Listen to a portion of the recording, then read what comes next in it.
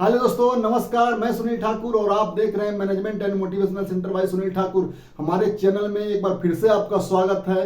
और आज जो टॉपिक लेके आया हूं उस टॉपिक का नाम है हाई क्वालिफिकेशन वर्सेस लो क्वालिफिकेशन एम्प्लॉय। जी हाँ, ओल्ड और न्यू, यानी ओल्ड का लो क्वालिफिकेशन और नए का हाई क्वालिफिकेशन। अगर अंतर देखने जाए तो कभी कभी उल्टा भी हो जाता है, ओल्ड वाले को ज्यादा क्वालिफिकेशन होता है और नए वाले को कम होता है। लेकिन जो टॉपिक पे आज बात करने वाला हूं उसमें जो पुराने एम्प्लॉय होंगे कंपनी में उनका क्वालिफिकेशन लो होगा और जो नए नए एम्प्लॉय वहां पे ज्वाइन करेंगे उनका क्वालिफिकेशन हाई होगा।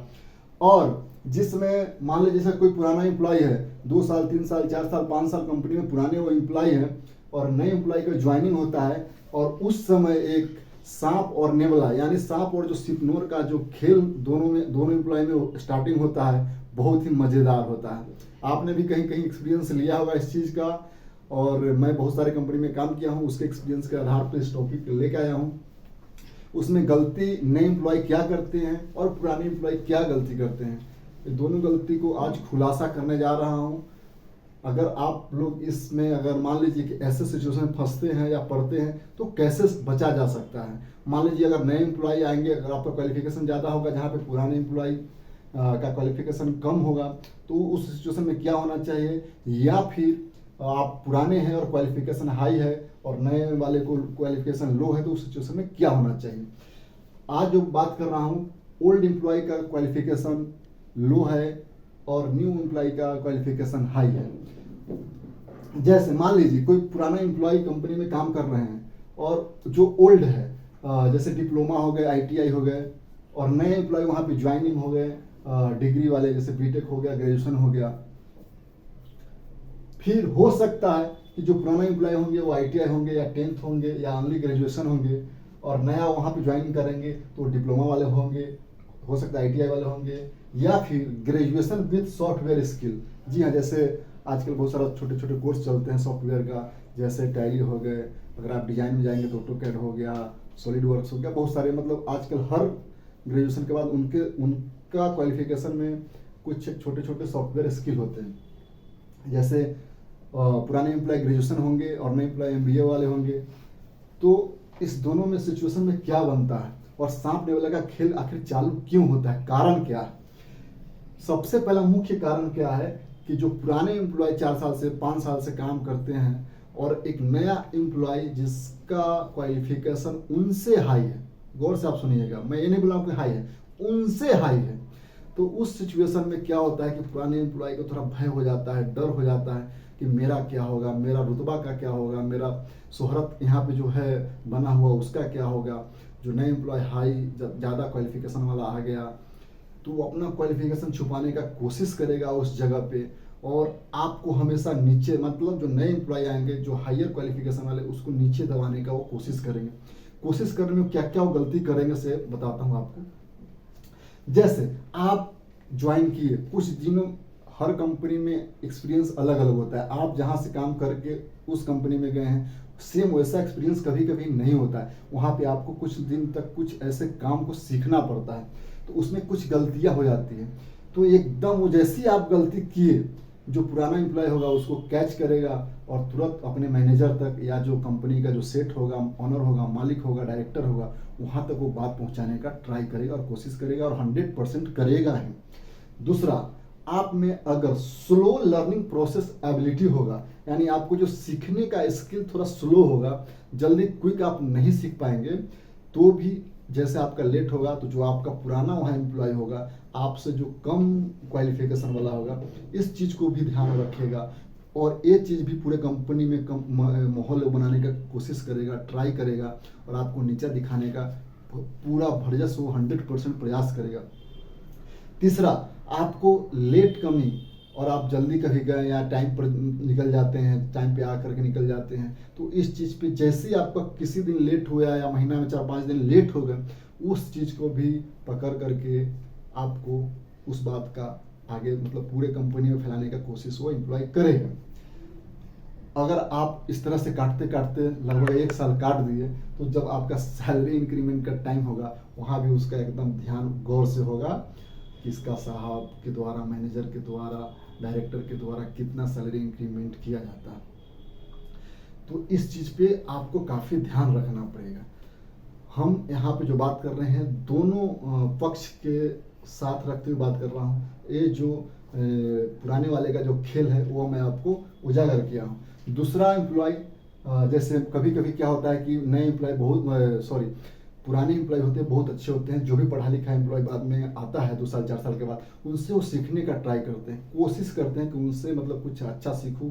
मैं तो आज तक जो एक्सपीरियंस लिया है, हो सकता है कि वो बंदा अलग से आया है कहीं से काम करके, तो उनका जो एक्सपीरियंस होगा उनसे मैं सीखने की कोशिश करूँगा।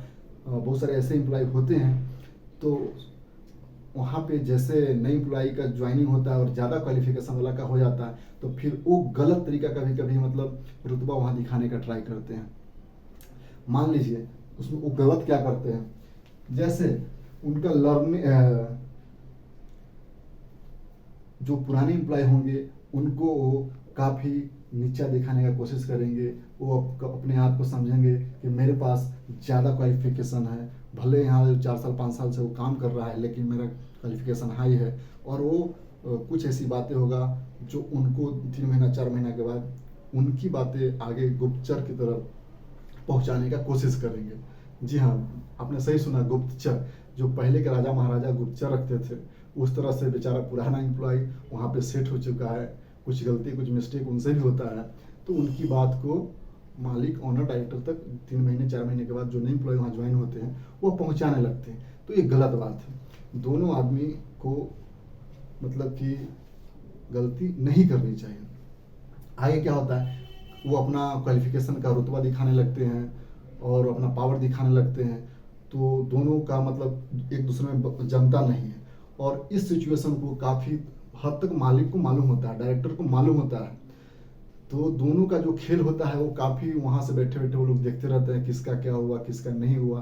तो ये सब वो चीज़ काफ़ी ध्यान से देखते रहते हैं और दोनों में फाइटिंग करवाते रहते हैं। इस तरह से 2 साल 3 साल 4 साल निकल जाता है। कभी कभी इस तरह से एम्प्लॉय का रेजिग्नेशन भी आ जाता है, वहाँ पे नए एम्प्लॉय हो या पुराने एम्प्लॉय हो।